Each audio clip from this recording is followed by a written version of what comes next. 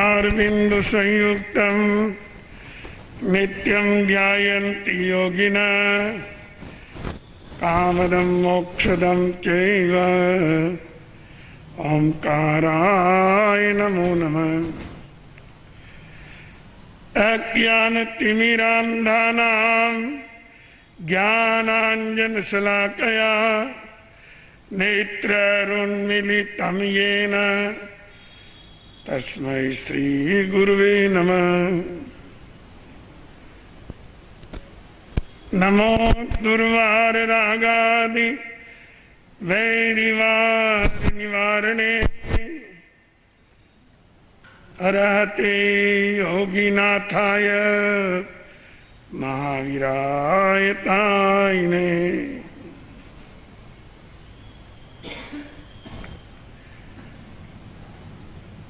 प्रिय श्रोताजनों, ये बात तो आप अच्छी तरह से जानते हैं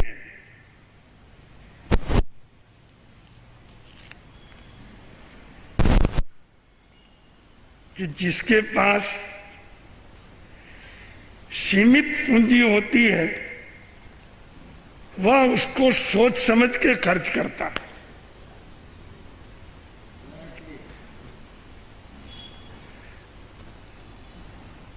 क्योंकि वो इस बात को जानता है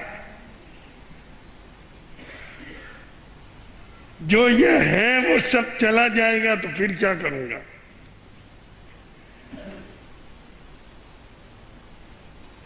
ऐसी बुद्धिमत्ता लगभग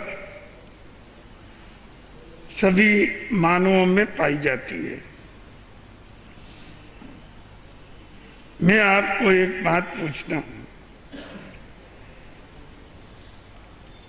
आपके शरीर की इंद्रियां और अंग की शक्ति ये क्या समुद्र की तरह असीम है, आकाश की तरह अनंत है? ये तुम्हारा आयुष्य ये भी क्या अनंत काल का है?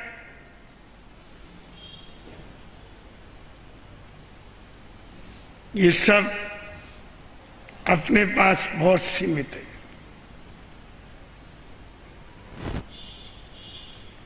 बुद्धिमान व्यक्ति सीमित वस्तु का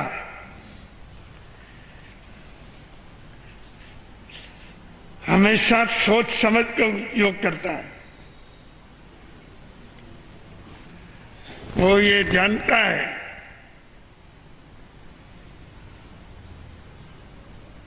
कि कम खर्च हो और ज्यादा लाभ मिले।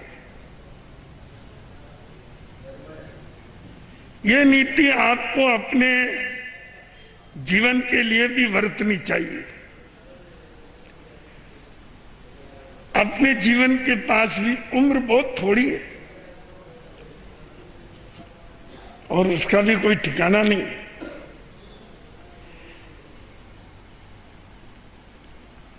और उससे भी कम हमारे शरीर की शक्ति है।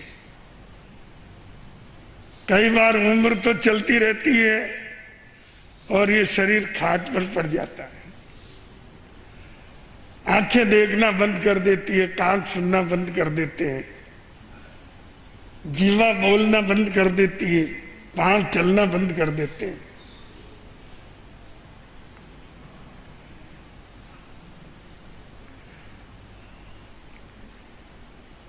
ये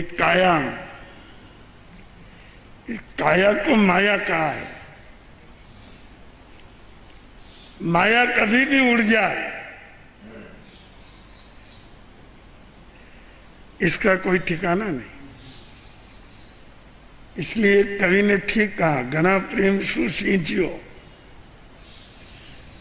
घना प्रेम सु सींचियो अमर रूखड़ो जान। यो फल दीदा पेली पड़े पोची रही पहचान। अमर रूखड़ा जान के इसको सींच रहे हैं और इसका कुछ लाभ नहीं मिला और ये सो गया। पहचान करने की भूल हो गई।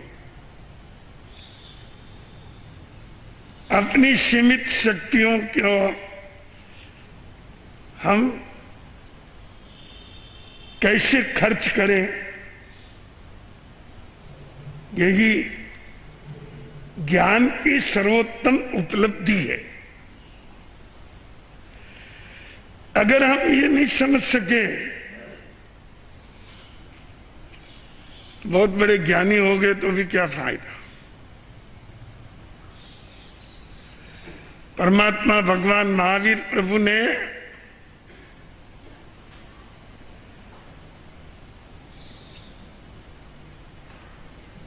दो तरह के दंड कहे हैं। दंड का अर्थ है जिससे चेतना को कष्ट मिले, वो दंड होते हैं।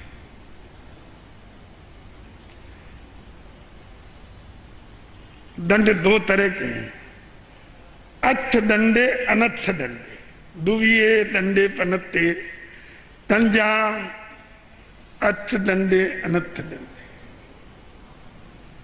ये बहुत गहरा सूत्र है और बहुत उपयोगी है। यह अपने आत्मकल्याण के लिए तो उपयोगी है,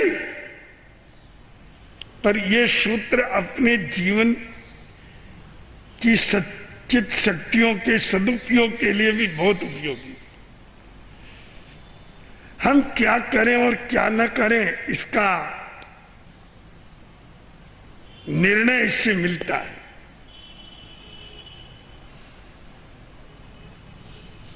परमात्मा ने कहा कुछ हिंसादि पाप व्यक्ति सार्थक करता है,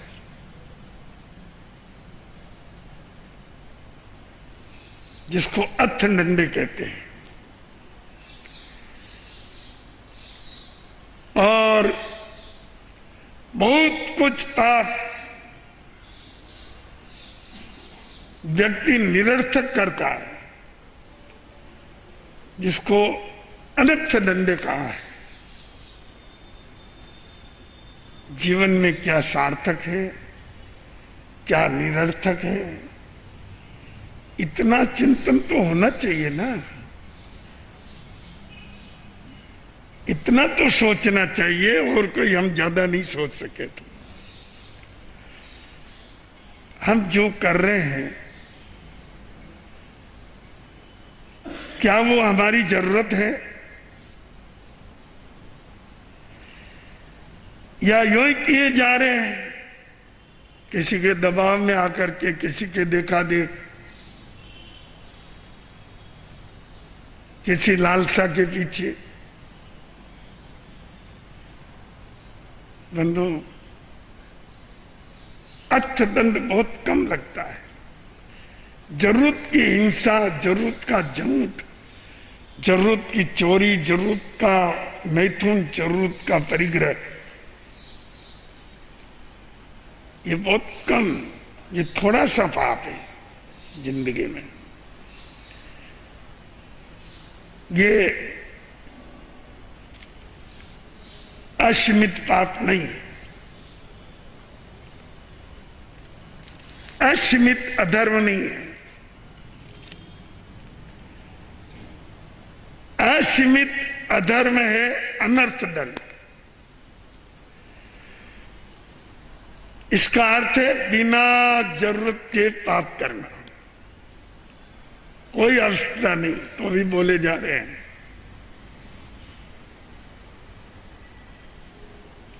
कोई आवश्यकता नहीं है फिर भी गलत बातें सोचे जा रहे हैं, होने वाली भी नहीं है।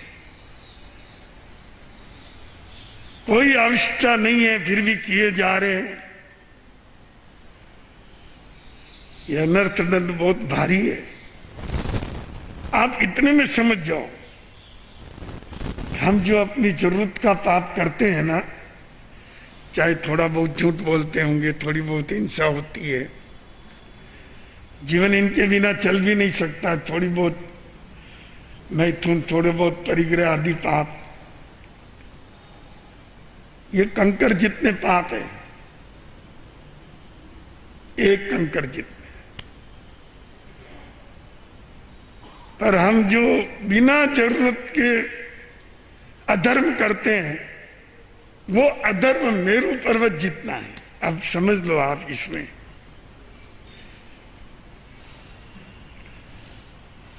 उसने उसका कत्ल कर दिया, बहुत अच्छा किया, साला नालायक ऐसा ही था। तुमने कत्ल किया, तुमको कुछ लाभ मिला? नहीं मिला। पर जो उसने कत्ल किया, पंचेंद्री के वध का पाप तुझे भी लग गया, तू भी हत्यारा हो गया, तेरे भी वही कर्मों का बंधन हो गया जितना उसने किया। जिसने कत्ल किया उसको जितना पाप लगा उतना ही पाप तुझे भी लग गया। बहुत अच्छा किया, साला नालायक ऐसा ही था, बढ़िया हुआ उसका कत्ल हो गया। क्या मिला तुमको?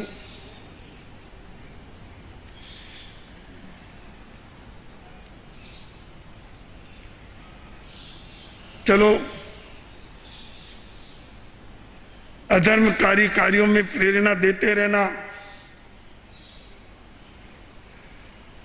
पापकारी उपदेश देना और जीवन व्यवहार में चलने वाली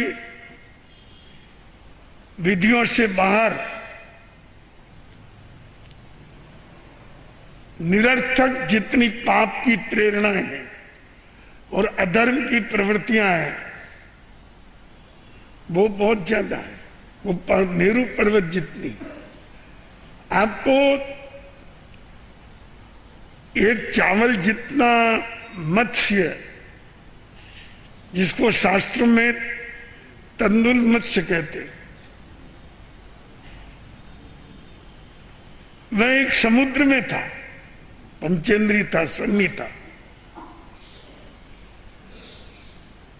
पर शरीर उसका चावल जितना था, इसलिए तंदुल मत्स्य कहलाया। उसने देखा उसके पास एक बहुत बड़ा मत्स्य पड़ा है, पहाड़ जैसा। तो बड़ा मत्स्य होता है, उसके शरीर के सब अंग बड़े ही होते हैं, उसके नथुने भी इतने बड़े बड़े, उसका मुंह भी इतना बड़ा, शरीर के सब जितने भी अंग हैं वो बहुत बड़े बड़े थे। मछलियां क्या करती, मुंह में जाती, नाक से निकल जाती, नाक से जाती, मुंह में निकल जाती, इधर से जाती, उधर निकल जाती। इस तरह से उसका लाखों मछलियों का तो वो आने जाने का मार्ग ही था।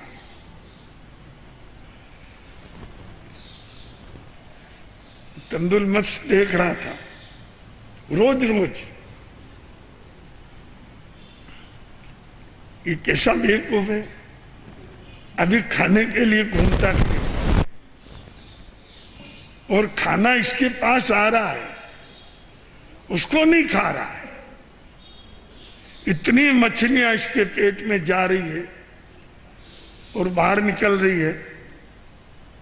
अगर ये सब इसके पेट में आ जाए, फिर सब बंद कर दे, नाक, कान, मुंह, सब शरीर के अंग बंद कर दे, सब अंदर रह जाएगी, सबका भोजन हो जाएगा। बस ये बेवकूफ है, इसके स्थान पे मैं हूं ना, ऐसा ही करूं। इसको अक्ल कब आएगी? इतना खाना इसके पास आ रहा है, फिर खाने के लिए भटकेगा। हरदम देखता और यही बात सोचता। आपको पता है उसे क्या मिला? उसको क्या मिला? वो तो चावल जितना है, एक मच्छी की चपेट में आ जाए तो खत्म हो जाए। पर मेरू जितना पाप कमा लिया उसने और नरक में गया। और नरक की 7वीं, पहले नहीं, उत्कृष्ट नरक। तो हमेशा इस बात को याद रखिए, सार्थक कर्म कम होता है। सार्थक कर्म का वज्रबंधन नहीं होता है।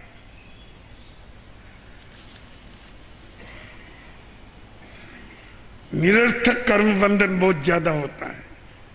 फालतू का अधर्म बहुत खर्च होता है, उसके द्वारा अपनी जीवनी शक्तियां भी नष्ट होती है।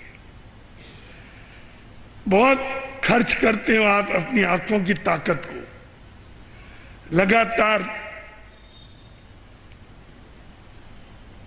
देखकर, निरर्थक टीवी देखकर और चित्रपट देखकर, फिल्में देखकर, मिलता कुछ नहीं। जीवन यापन में उनका कहीं भी योगदान नहीं है, पर हमारी जीवनी शक्ति नष्ट जरूर होती है। आंखों की जो सीमित शक्ति वो खर्च होती है। ध्यान करते समय, परमात्मा का स्मरण करते समय आंख बंद क्यों कराते? तो भाई इतनी देर ही हमारी कम से कम आंख की शक्ति का खर्च, व्यर्थ में खर्च होना बंद हो जाए। लोग बहुत सुनते हैं और बहरे होते हैं और बहुत जबरदस्त आवाजें सुनते हैं जिसमें कान फटते रहते हैं।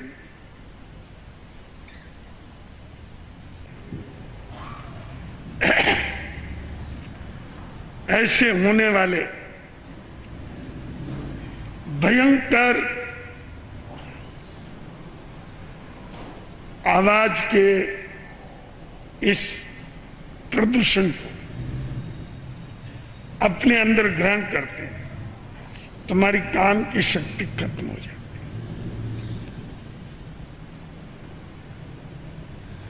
इस तरह से हम बहुत बार फालतू बोलते हैं।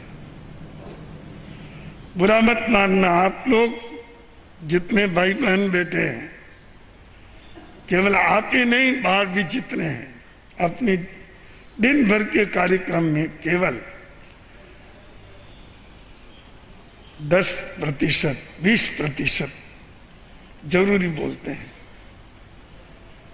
60%, 70% निरर्थक बोलते हैं। कोई मिलना चाहिए, बक चालू, कोई मिलो, कहाँ रहते हो, क्या करते हो, क्या काम है, ये क्या है, वो क्या, वहां वो कहाँ है, वो कहाँ है, वो, अरे तेरे क्या लेना देना? क्यों व्यर्थ में बातों का जंजाल फैलाता है? थोड़ी बात कर, जरूरी बात कर ले, काम की बात वो कर, नहीं तो मौन रहे, पूछे जिसका उत्तर दे दे। पर हम अपनी जीवा की शक्ति को खर्च करते हैं। आवाज की शक्ति धीरे धीरे कमजोर पड़ जाती है। इस तरह शरीर के अनेक अंगों की बात है। हमारे पास खजाना बहुत थोड़ा है, इसको फालतू खर्च करना अपने लिए ही जुल्म है। औरों के लिए तो नुकसान हो ना हो, पर अपनी हानि जरूर होने वाली है। इसलिए सत्पुरुष पचकान करा करा के अपनी शक्तियों को बचाते हैं। प्रत्याख्यान करो कि इतना ही बोलेंगे, इससे ज्यादा बोलना त्याग। इतना ही करेंगे, उसके उपरांत त्याग। इतना ही खाएंगे, उसके उपरांत त्याग। ये पचकान क्या है? ये आपकी जीवनी शक्तियों को बचाने का साधन है।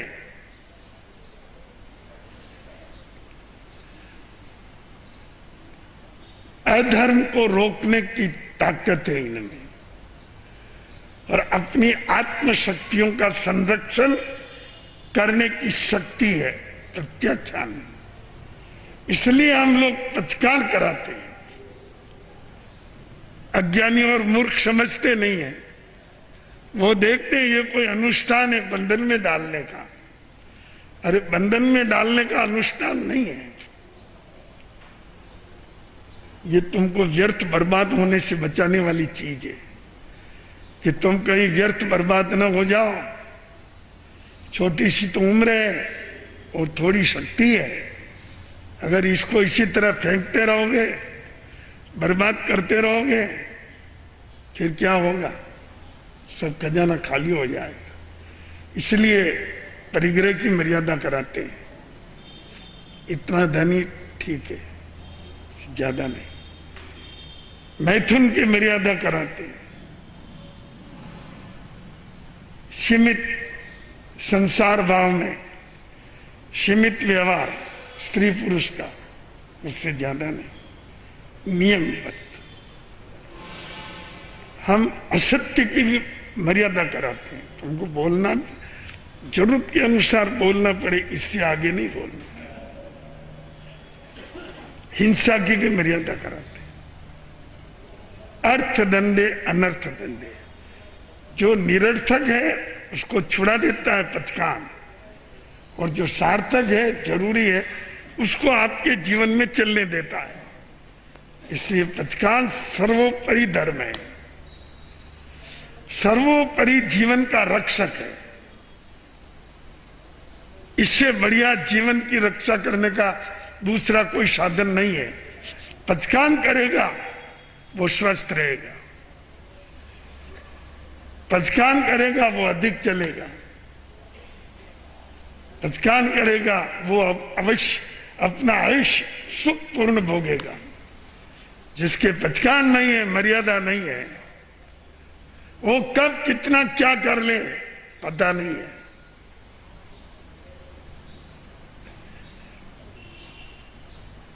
एक भाई खाना खा रहा है, उसकी बहू निकली, गिलास के ठोकर लग गई, पानी डूल गया।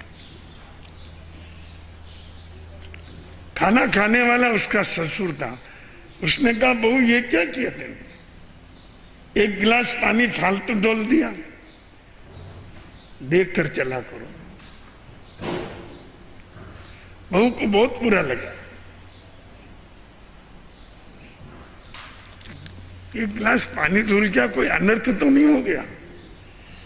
फिर सबके सामने इतना बड़ा उलंबा दे दिया। एक दिन उसकी जिठानी होगी, उसके हाथ से घी डूल गया।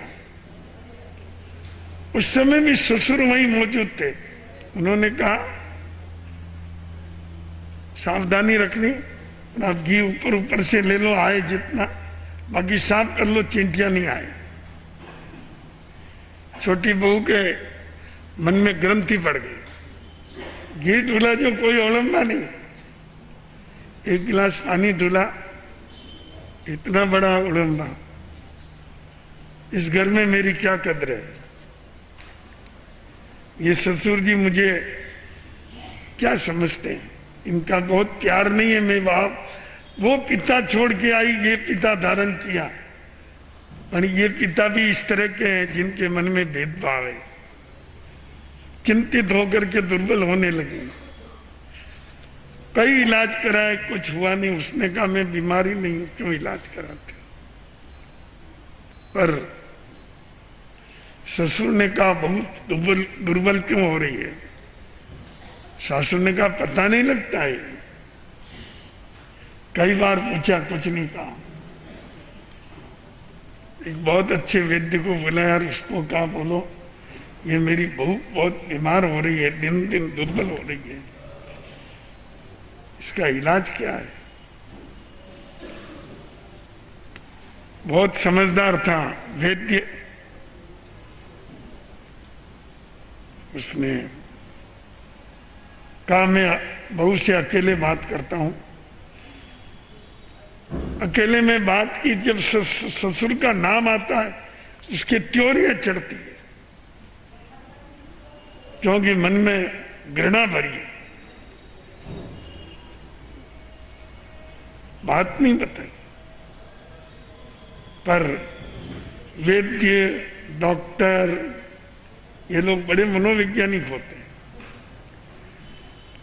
मन की बात ताड़ जाते हैं। सेठ जी, बहू का इलाज होगा, सच्चे मोती लाने पड़ेंगे, और वो भी सवा शेर। किश्ती बनेगी, 6 महीने दवा चलेगी, बिल्कुल ठीक हो जाएगी। सच्चे मोती और सवा शेर, मेरी बच्ची की जान बच जाएगी, बच जाएगी। बहुत सुन रही है। कल ही लाता हूं, चाहे मकान दुकान सब बिक जाए, चिंता नहीं, बच्चे की जान बचनी चाहिए। ये तो ऐसे दुर्बल हो रही है, अगर चली गई इसी तरह दुर्बल होती गई तो 6 महीने ही नहीं टिकेगी। जैसे तैसे बाजार से इकट्ठे करके सवा शेर मोती ला के दे रहे, बहू इसको चक्की में पीस। बहू के मन की भ्रांति खत्म हो गई। उसने कहा, ससुर जी इसमें की जरूरत नहीं है। कि क्यों? मेरे कोई बीमारी नहीं है, जहां से मोती लाए दे दीजिए। पर तू दुर्बल तो बहुत हो रही है। मेरे दुर्बल होने का कारण है मेरे पैर की ठोकर लगी, जो एक गिलास ढुल गई। आपने इतना बड़ा ओलंबा दिया, और भाभी जी से घी गिर गया तो कुछ नहीं कहा आपने, कहा साफ कर लो। इतना भेदभाव आपके मन में, मेरी आत्मा में जलन हो रही है। ससुर ने कहा, तुम जैन के घर की है या जैन के घर की है, ये बता। तो मैं जैन के घर की हूं। संतों का व्याख्यान सुना नहीं सुना? सुनती हूं। संत क्या कहते हैं? पानी की बूंद में असंख्य जीव बोलते हैं। घी के अंदर कितने जीव? घी तो अजीब है। घी ढुल गया, अपना नुकसान हुआ। अपना नुकसान तो बर्दाश्त कर लें, फूल हो जाती है। पर एक गिलास पानी धुल गया, और वो भी फालतू। ना हाथ धोने में आया, ना थाली धोने में आई, ना मुंह धोने में आया। और एक गिलास में कितने पानी, कितने जीव होंगे? असंख्य। और वो भी हिंसा होगी, फालतू, अनर्थदंड, जिसका कोई लाभ नहीं। मैंने इसीलिए तुझे कहा कि ध्यान रख, हिंसा होना अच्छी बात नहीं है। नुकसान हो गया सहन कर ले, पर हिंसा सहन नहीं होती। इतना पानी निरर्थक ढोल दिया एक गिलास से, पर कर्म बंधन तो हुआ ना। इसलिए मैंने ओलंबा दिया। उसने कहा, पिताजी आज मेरा संशय नष्ट हो गया। तो बंधुओं, जीवन में निरर्थक कार्यों से बचो, और अर्थदंडे और अनर्थ दंडे का जो विभाजन परमात्मा भगवान महावीर प्रभु ने किया है, उसको समझ करके जीवन की में जो कुछ निरर्थक है उसका परित्याग करें, जो कुछ सार्थक है उसको आत्मसात करें, तो अपना एक छोटा सा जीवन सार्थक हो जाएगा। आज के प्रवचन का यही सार है, आत्मसात करें, आनंद ही आनंद।